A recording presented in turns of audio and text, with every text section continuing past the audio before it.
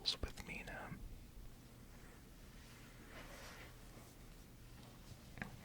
In the population of Transylvania, there are four distinct nationalities: Saxons in the south, and mixed with them the Wallachs, who are the descendants of the Dacians, Magyars in the west, and Zilgalnes in the east and north.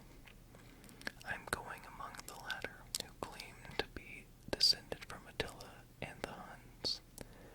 This may be so, for when the Magyars conquered the country in the 11th century, they found the Huns settled in.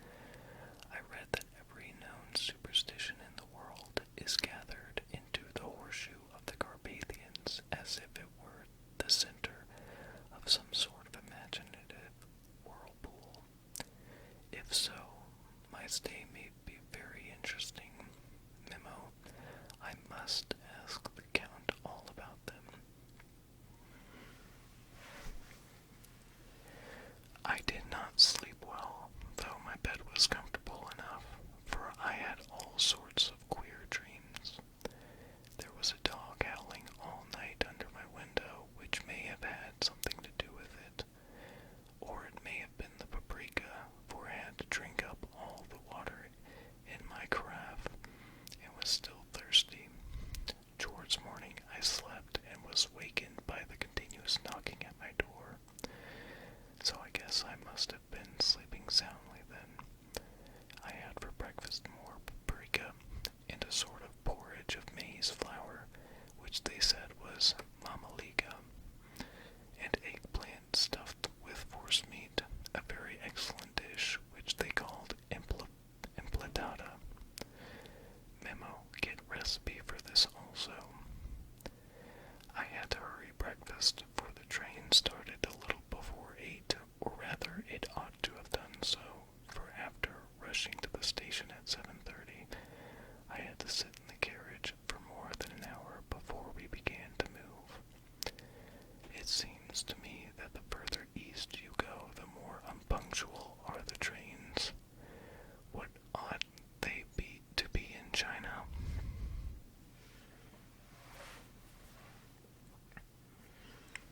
All day long we seemed to dawdle through a country which was full of beauty of every kind. Sometimes we saw which little towns or castles on the top of steep hills, such as we see in old Missos. Sometimes we ran by rivers and streams, which seemed, from the wide stony margin on each side of them, to be subject to great floods. It takes a lot of water and running strong to sweep the outside edge of a river clear. At every station there were groups of people, sometimes crowds, and in all sorts of attire. Some of them were just like the peasants at home, or those I saw coming through France and Germany with short jackets and round hats and homemade trousers, but others were very picturesque. The women looked pretty, except when you got near them, but they were very clumsy about the waist. They had all full white sleeves of some kind or other, and most of them had big belts with a lot of strips of something fluttering from them like the dresses in a ballet. But of course there were petticoats under them. The strangest figures we saw were the Slovaks, who were more barbarian than the rest, with their big cowboy hats, great baggy dirty white trousers, white linen shirts, and enormous heavy leather belts, nearly a foot wide, all studded over with brass nails. They wore high boots with their trousers tucked into them, and had long black hair and heavy black mustaches. They are very picturesque, but do not look prepossessing. On the stage, they would be set down at once as some old oriental band of brigands. They are, however, I am told, very harmless and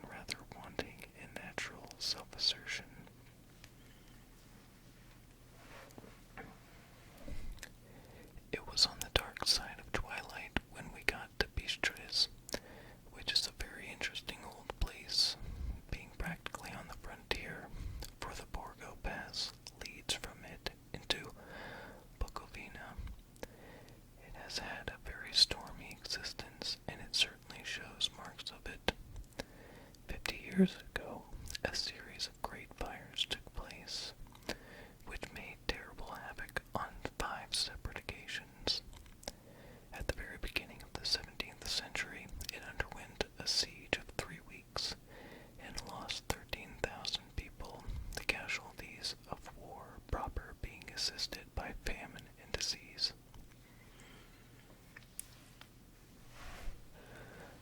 Count Dracula had directed me to go to the Golden Crown Hotel, which I found to my great delight to be thoroughly old-fashioned, for of course I wanted to see all I could of the ways of the country. I was evidently expected, for when I got near the door I faced a cheery-looking elderly woman in the usual peasant dress, white undergarment with long double apron, front and back of colored stuff fitting almost too tight for modesty. When I came close, she bowed and said, "The Herr Englishman." "Yes," I said, "Jonathan Harker." She smiled and gave some message to an elderly man in white shirt sleeves who had followed her to the door. He went, but immediately returned with a letter.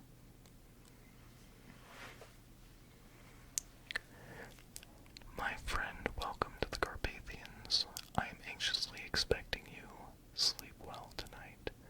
At 3 tomorrow, the diligence will start for Bukovina. A place on it is kept for you. At the Borgo Pass, my carriage will await you, and will bring you to me. I trust that your journey from London has been a happy one, and that you will enjoy your stay in my beautiful land. Your friend, Dracula."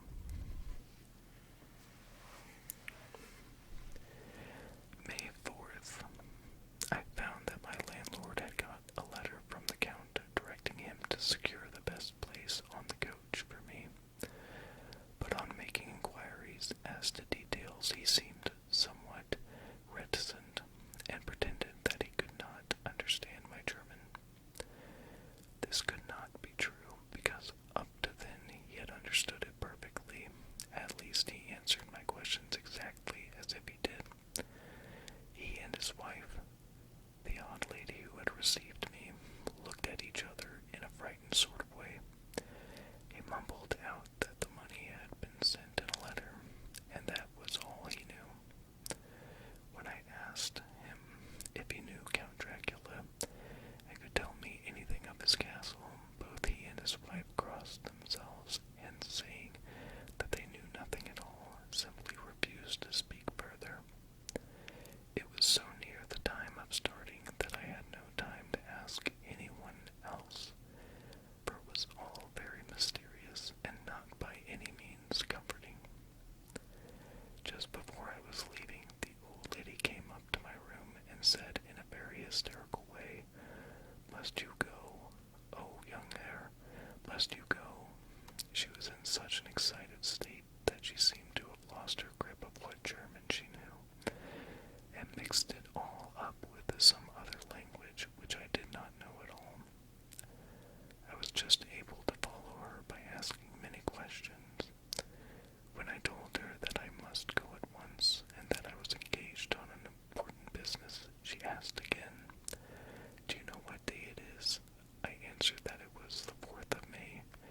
She shook her head, and as she said again, "Oh yes, I know that. I know that, but do you know what day it is?" On my saying that I did not understand, she went on, "It is the eve of St. George's Day. Do you not know that tonight, when the clock strikes midnight, all the evil things in the world will have full sway? Do you know where you are going, and what you are going to do?" She was in such evident distress that I tried to comfort her, but without effect. Finally she went down on her knees and implored me not to go, at least to wait a day or two before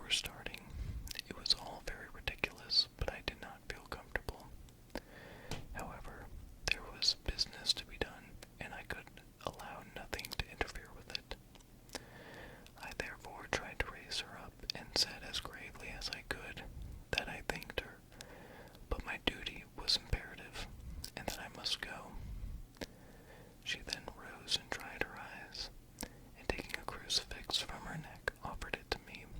I did not know what to do, for as an English churchman, I have been taught to regard such things as in some measure idolatrous, and yet it seemed so ungracious to refuse an old lady meaning so well and in such a state of mind. She saw, I suppose, the doubt in my face, for she put the rosary round my neck, and said, "For your mother's sake," and went out of the room. I am writing up this part of the diary whilst I am waiting for the coach, which is, of course, late, and the crucifix is still round my neck. Whether it is the old lady's fear, or the many ghostly traditions of this place, or the crucifix itself, I do not know, but I am not feeling nearly as easy in my mind as usual. If this book should ever reach Mina before I do, let it bring my goodbye. Here comes the coach.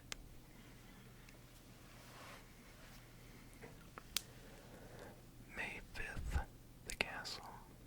The gray of the morning has passed, and the sun is high over the distant horizon, which seems jagged, whether with trees or hills I know not, for it is so far off that big things and little are mixed.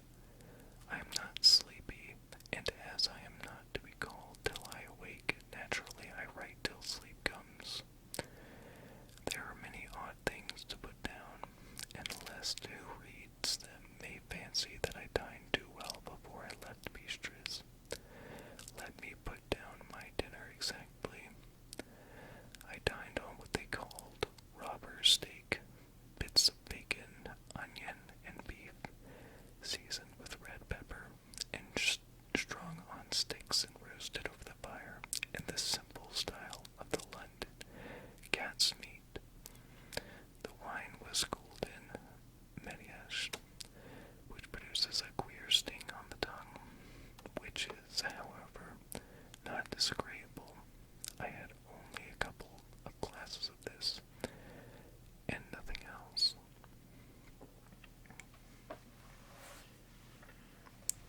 When I got on the coach, the driver had not taken his seat, and I saw him talking with the landlady. They were evidently talking of me, for every now and then they looked at me, and some of the people who were sitting on the bench outside the door, which they call by a name meaning word-bearer, came and listened, and then looked at me, most of them pityingly. I could hear a lot of words, often repeated, queer words, for there were many nationalities in the crowd. So I quietly got my polyglot dictionary from the bag and looked them out. I must say they were not cheering to me, for amongst them were Ordog, Satan, Buckle, Hell, Shregoisha, Witch, Verloc, and Lugdask, both of which mean the same thing, one being Slavic and the other Serbian for something that is either werewolf or vampire. Memo: I must ask the Count about these superstitions.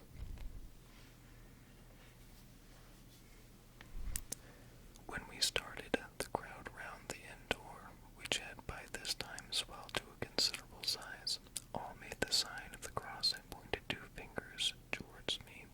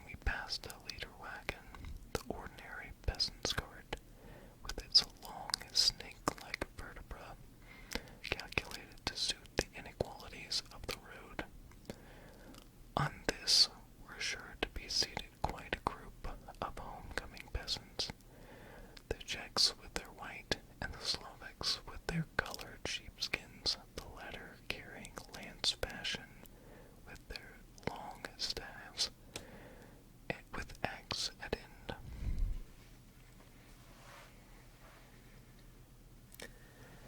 As the evening fell, it began to get very cold, and the growing twilight seemed to merge into one dark mistiness, the gloom of the trees, oak, beech, and pine, though in the valleys which ran deep between the spurs of the hills, as we ascended through the paths, the dark firs stood out here and there against the background of late-lying snow. Sometimes as the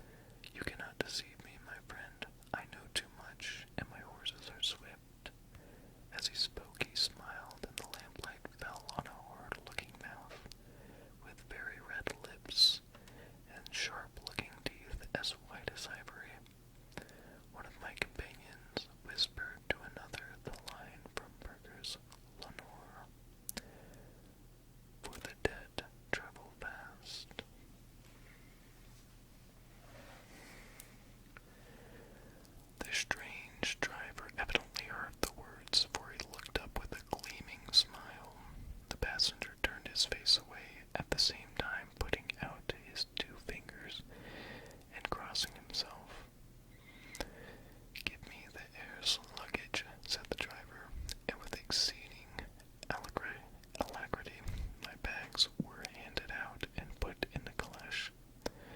Then I descended from the side of the coach, as the calash was close alongside, the driver helping me with a hand which caught my arm in a grip of steel.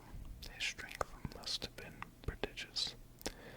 Without a word, he shook his reins. The horses turned, and we swept into the darkness of the pass. As I looked back, I saw the steam from the horses of the coach by the light of the lamps, and projected against it the figures of my late companions crossing themselves. Then the driver cracked his whip and called to his horses, and off they swept on their way to Bukovina. As they sank into the darkness, I felt a strange chill, and a lonely feeling came over me. But a cloak was thrown over my shoulders, and a rug across my knees, and the driver said in excellent German, "The night is chill, mein Herr, and my master, the Count, bade me take all care of you. There is a flask of Slivovitz, the plum brandy of the country, underneath the seat if you should require it." I did not take any, but it was a comfort to know it was there all the same.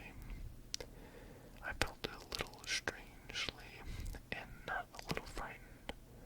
I think, had there been any alternative, I should have taken it, instead of prosecuting that unknown night journey. The carriage went at a hard pace straight along.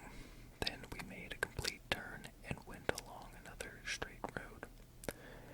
It seemed to me that we were simply going over and over the same ground again, and so I took note of some salient point and found that this was so.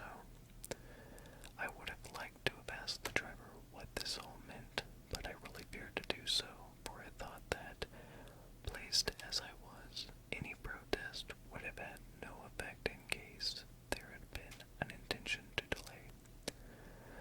By and by, however, as I was curious to know how time was passing, I struck a match, and by its flame looked at my watch.